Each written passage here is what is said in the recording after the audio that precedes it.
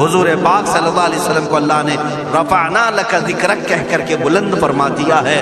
کسی کے گھٹانے سے حضور کا نام کبھی نہیں گھٹے گا. میں عظمت مصطفیٰ کے لیے بارگاہ اعلیٰ حضرت کا سہارا لیتے ہوئے مسلمانوں تم سے یہ بات کہنا چاہوں گا، بتلا دو گستاخ نبی کو غیرت سنی زندہ ہے، ان کے نام پہ مر مٹنے کا جذبہ کل بھی تھا اور آج بھی ہے. تم بھوکتے رہو میرے نبی کی شان پر اور ہم سنی کہتے رہیں گے سب سے اعلیٰ و اولیٰ محمد ہے، سب سے اولیٰ و اعلیٰ محمد ہے، سب سے بالا و والا محمد ہے. دونوں عالم کا دولہا محمد ہے، اپنے مولا کا پیارا محمد ہے. بجھ گئی جس کے آگے سبھی مشعلیں، شمع وہ لے کر آیا محمد ہے. خلق سے اولیاء سے رسول اور رسولوں سے اعلیٰ محمد ہے. ملک کونین میں انبیاء تاجداروں کا آقا محمد ہے. جس کے تلووں کا دھون ہے آب حیات ہے وہ جانے مسیحا محمد ہے. سب چمک والے اجلوں میں چمکا کیے اندھے شیشوں میں چمکا محمد ہے. سارے اونچوں سے اونچا سمجھیے جسے ہے اس اونچے سے اونچا محمد ہے. سارے اچھوں سے اچھا سمجھیے جسے ہے اس اچھے سے اچھا محمد ہے. غم زدوں کو مزدہ دیجئے کہ ہے بے کسوں کا سہارا محمد ہے. میں مانتا ہوں اے عقل والو میرا محمد خدا نہیں ہے، مگر دلوں میں یہ نقش کر لو کہ وہ خدا سے جدا نہیں ہے. کہیں پر تم الگ نہیں کر سکو گے. محمد صلی اللہ تعالیٰ علیہ وسلم کے نام پاک کو اللہ تعالیٰ نے ہر جگہ رقم فرمایا ہے. جنت کے دروازوں پر، عرش و کرسی، لوح و قلم پر، آسمانوں کے ہر دروازے پر محمد عربی کا نام رقم ہے. دنیا کے ہر گوشے میں وہ نام پاک موجود ہے. ہو نہ یہ پھول تو بلبل کا ترنم بھی نہ ہو، چمن دہر میں کلیوں کا تبسم بھی نہ ہو نہ یہ ساقی تو میں بھی نہ ہو، خم بھی نہ ہو، بزم توحید دنیا میں نہ ہو، تم بھی نہ ہو. خیمہ افلاک کا استادہ اسی نام سے ہے، نبض ہستی تپش آمادہ اسی نام سے ہے. وہ جو نہ تھے تو کچھ نہ تھا، وہ جو نہ ہو تو کچھ نہ ہو.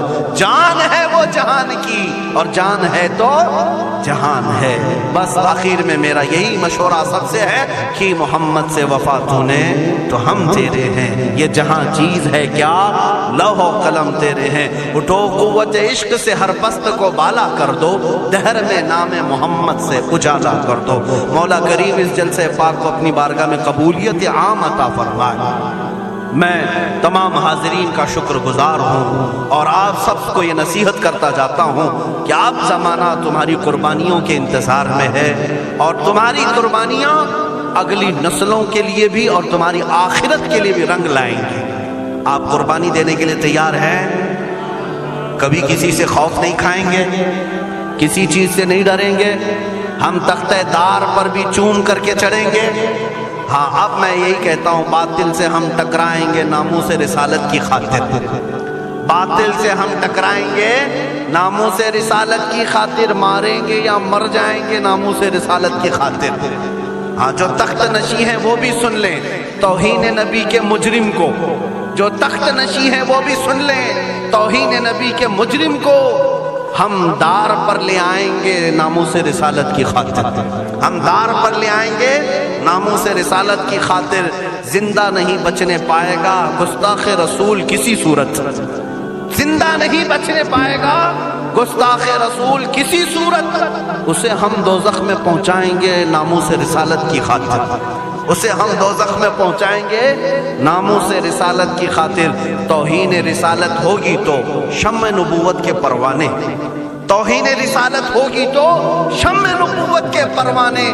طاغوتوں سے ٹکرائیں گے ناموس رسالت کی خاطر، طاغوتوں سے ٹکرائیں گے ناموس رسالت کی خاطر. آخری شعر اس کا یہ ہے جو شخص کرے گا ہمدردی، سمجھ کر کے چلے، جو شخص کرے گا ہمدردی بے ادبی کرنے والوں سے، ان ظالموں سے جسے بھی ہمدردی ہے نا، جو صلح کلی ہے ہماری جماعت کے منافقین ہیں، غدار ہیں، جو نام مسلمان رکھے ہوں، پگڑی داڑھی سب رکھے ہوں اور ان ظالموں کی گود میں جا کر بیٹھتے ہوں، ان سے میں کہہ رہا ہوں جو شخص بھی رکھے گا ہمدردی بے ادبی کرنے والوں سے ہم اس سے بھی قرضہ چکائیں گے ناموس رسالت کی خاطر، ہم اس سے بھی قرضہ چکائیں گے ناموس رسالت کی خاطر۔ دیکھنا اب یہ امت مصطفیٰ کے شیر بیدار ہونے لگے ہیں، جس دن یہ بیدار ہوں گے تو ان کتوں کی خیر نہیں ہوگی، ان کتوں کی خیر نہیں ہوگی۔ مولا کریم ان چہروں کو سلامت رکھے، ان کی قربانیوں کو قبول فرمائے، ان ماؤں اور بہنوں کی گودوں میں مولا حسنین کریمین پیدا فرمائے، ان کو مولا دوبارہ صلاح الدین عطا کرے، شہاب الدین عطا کرے، اورنگزیب ٹیپو سے شہید عطا کرے۔ مولا ہمیں ہمارے مجاہدین کی قیادت عطا فرما دے، ہمیں مجاہدین کا کردار عطا فرما دے، ہمیں غازیان اسلام بنا یا شہیدان اسلام بنا۔ اے رب ذوالجلال ہماری دعاؤں کو نالین مصطفیٰ کے صدقے قبول فرما۔ وصلی اللہ تعالی علی خیر خلقہ محمد وآلہ واصحابہ اجمعین۔ خصوصیت کے ساتھ آج کے اس اجلاس کو جنہوں نے منعقد کیا، یہاں پر حاجی ارشاد صاحب ان کے والد گرامی، اللہ تعالیٰ ان کی مغفرت فرمائے۔ یہ اتنا عظیم جلسہ ہے، اتنا عظیم جلسہ ہے، ناموس رسالت تاجدار ختم نبوت کے نام پر یقیناً رسول اللہ تک یہ سارا معاملہ فرشتے پہنچائیں گے، اور ساتھ ہی اس کی خیرات مرحوم کی قبر تک بھی جائے گی انشاءاللہ۔ آئندہ ہمارے یہی رواج بھی ہونے چاہیے، ہماری شادی بیاہ ولیمے ساری چیزوں میں ہم لاکھوں کے پیسے پٹاخوں میں نہیں اڑائیں گے، حضور کی محبت میں میلاد کر کے خرچہ کریں گے، حضور کے نام پر خرچہ کر کے کریں گے۔ کیوں؟ ہم رسول اللہ کے، جنت رسول اللہ کی، ہمیں جو بھی ملا ہے وہ صدقہ رسول اللہ کا، ان کے نام پر ہم لٹائیں گے۔ اور یہ اعلان سن کر کے چلیں انشاءاللہ العزیز، آپ تک بھی علماء آئیں گے۔ ہم نے ابھی دو چند روز قبل، یہ کافی دنوں سے، کئی مہینوں سے ہمارے ذہن میں تھا، وہ میں نے حیدرآباد کی سرزمین سے شروع بھی کیا۔ آج آپ کے سامنے بھی اعلان کرتا ہوں کہ ہم نے تحریک کی ایک بنیاد رکھی ہے، جس تحریک کا نام ہے تحریک فدا کا یا رسول اللہ، تحریک فدا کا یا رسول اللہ۔ اس میں مخصوص وہ جوان اپنی خدمت دینے کے لیے جوائن ہو سکتے ہیں، جڑ سکتے ہیں، جن کو حضور پاک کی وفاداری کرنی ہے، حضور پاک کی بارگاہ میں اپنی قربانی پیش کرنی ہے، وہ جوان اس تحریک سے وابستہ ہوں۔ اور ہر علاقے میں ان کا سب سے پہلا کام یہی ہوگا کہ نوجوانوں کو حضور کے نام پر بیدار کرنا شروع کر دیں، بیدار کرنا شروع کر دیں۔ اس کے بعد اب ہم قبر میں بھی جائیں گے، ہمیں ٹینشن نہیں ہوگا، فکر نہیں ہوگی، اس لیے کہ امت جاگ چکی ہوگی اور قرضہ لے رہی ہوگی انشاءاللہ، یہ اپنا قرضہ اتار رہی ہوگی، اگرچہ ہم قبر میں بھی جائیں گے۔ لیکن آپ کے لیے صرف ذمہ داری اتنی ہے کہ اب بیدار کرنے کے لیے اس تحریک سے وابستہ ہوں، اور بات کریں گے تو صرف حضور کی بات کریں گے۔ اور اسٹیج والوں سے بھی میں کہتا ہوں، شورا سے بھی میں کہتا ہوں، ہماری تعریف کم کر دیں، تھوڑی سی ہمارے لیے نعرے لگانا کم کر دیں، اب یہ ختم کریں اس رواج کو۔ اب اس منبر سے بھی اگر کوئی بات ہوگی تو صرف رسول اللہ کی بات ہوگی، کیونکہ جب بادشاہ ہمارے پاس ہے تو وزیروں کی بات کیا کریں، بادشاہ ہے رسول اللہ کی ذات، تعریف ہوگی تو صرف رسول اللہ کی۔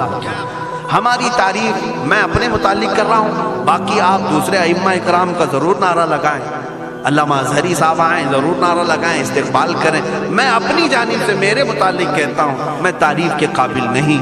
جب حضور کی شان میں گالیاں دی جا رہی ہوں اور ہم اپنی عزت کروا رہے ہیں، یہ ہمیں زیب نہیں دیتا، یہ مجھے زیب نہیں دیتا۔ اس لیے اب نعرہ بھی لگے تو صرف رسول اللہ کے نام کا لگے، حضور پاک کی عزت کا۔ اور اعلیٰ حضرت نے بھی ہمیں یہی سکھایا ہے، حشر تک ڈالیں گے ہم پیدائش مولا کی دھوم، مثل فارس نجد کے قلعے گراتے جائیں گے، خاک ہو جائیں عدو جل کر مگر ہم تو رضا، دم میں جب تک دم ہے ذکر ان کا سناتے جائیں گے۔ کس کا؟ ان کا، حضور کا ذکر کرتے رہیں گے۔ اعلیٰ حضرت کا مشن یہی تھا، ان کا مسلک بھی یہی تھا، انہیں جانا انہیں مانا، نہ رکھا غیر سے کام، للہ الحمد میں دنیا سے مسلمان گیا۔ اعلیٰ حضرت کا قلم کبھی دوسروں کی تعریف نہیں کرتا تھا، کرو مدح اہل دول رضا، پڑے اس بلا میں میری بلا، میں گدا ہوں اپنے کریم کا، میرا دین پارہ نہ نہیں۔ یہ اعلیٰ حضرت کا مسلک ہے، اسی پر ہم سب کو قائم ہونا ہے۔ اب پیروں کی، فقیروں کی، وزیروں کی، سارے لوگوں کی باتیں اپنے اپنے طور پر بعد میں کی جائے گی، اب بات کی جائے گی تو صرف بادشاہ اعظم کی جائے گی، صرف رسول اللہ کی بات کریں۔ اللہ تعالیٰ آپ سب کو سلامت رکھے، اس تحریک کو اللہ تعالیٰ برکت عطا فرمائے۔ رضا کمیٹی کو جنہوں نے بنیاد رکھا تھا، جیسے مولانا روشن زمیں صاحب نے مجھے خبر دی تھی، رئیس القلم علامہ ارشد القادری صاحب قبلہ کی یہاں قربانیاں رہی ہیں، اس مرد قلندر کی تربت پر مولا لاکھوں سلام اتارے، لاکھوں رحمتیں اتارے، اس لیے کہ وہ ہمارے امت کے ایک ایسے عالم تھے جس پر آخری سانس تک میں فخر کروں تو کم ہے، اس لیے کہ ایسا مرد مجاہد امت میں 100 سالوں میں بھی نہیں ملتا۔ علامہ ارشد القادری رحمۃ اللہ علیہ، جن کی ہر سانس میں امت کا درد تھا، امت کا درد تھا، وہ بیٹھے تو امت کا خیال کریں، سوئے تو امت کا خیال کریں، اور یہی درد انہیں کبھی انگلینڈ لے گیا، کبھی ہالینڈ لے گیا، کبھی امریکہ لے گیا، نذرانے اور لفافوں کے لیے نہیں لے گیا، امت مصطفیٰ کا درد لے کر کے گیا، اور وہ یہاں تک پہنچے۔ کئی ایسے دیہات ہیں جہاں گاڑی نہیں جاتی، بیل گاڑی میں وہ رئیس القلم جایا کرتے ہیں، اور وہاں جا کر مدرسے قائم کیا یا امت کا کام کیا۔ مولا تعالیٰ ان کی تربت پر